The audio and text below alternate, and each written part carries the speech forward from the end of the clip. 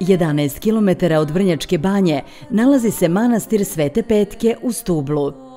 Ova svetiteljka slavljena je u pravoslavlju na brojne načine i brojnim crkvama.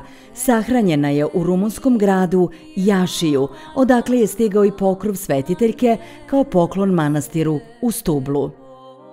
Ovaj pokrov sastavni je deo molebana koji se u manastiru služi svakog petka u 17 časova, nakon čega vernici prolaze ispod raširenog pokrova Svete Petke.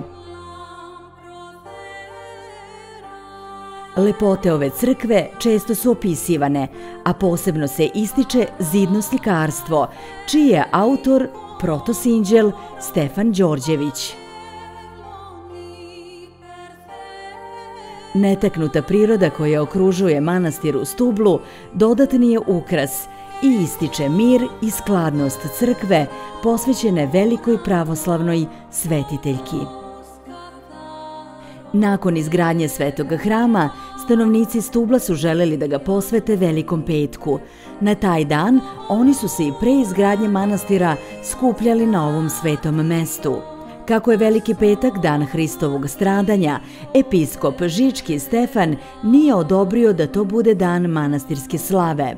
Umesto toga, narod Stubla izglasao je da manastir slavi ime svetiteljke, koja se vezuje za petak Svete Petke, koju proslavljaju 27. oktobra.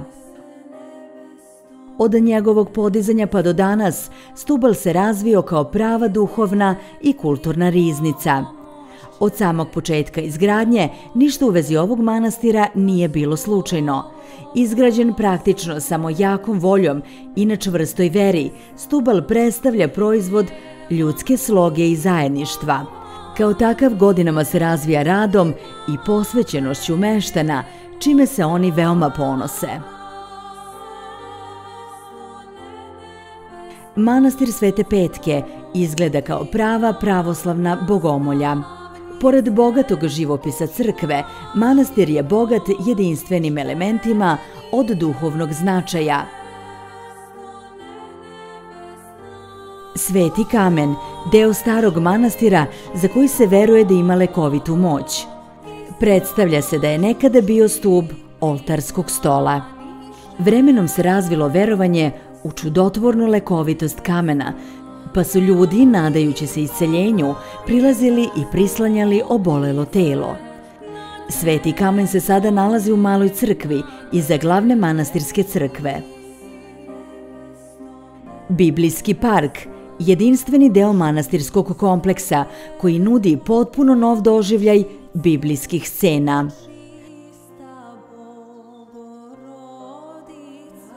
Deo parka čine replike, Hristov grob, Gologota sa krstom, pećina rođenja, ploče sa 10 Božjih zapovesti.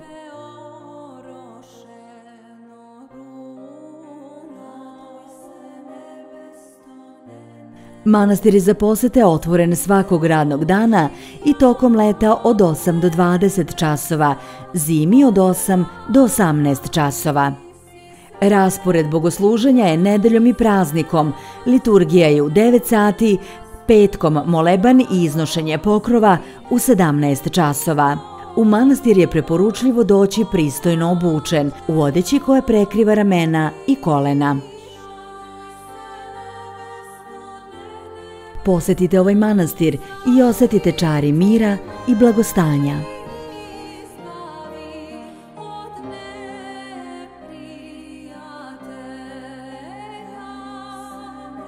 Ne zaboravite da lajkujete.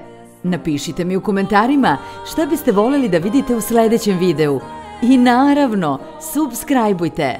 Vidimo se. Ostanite uz moj YouTube kanal.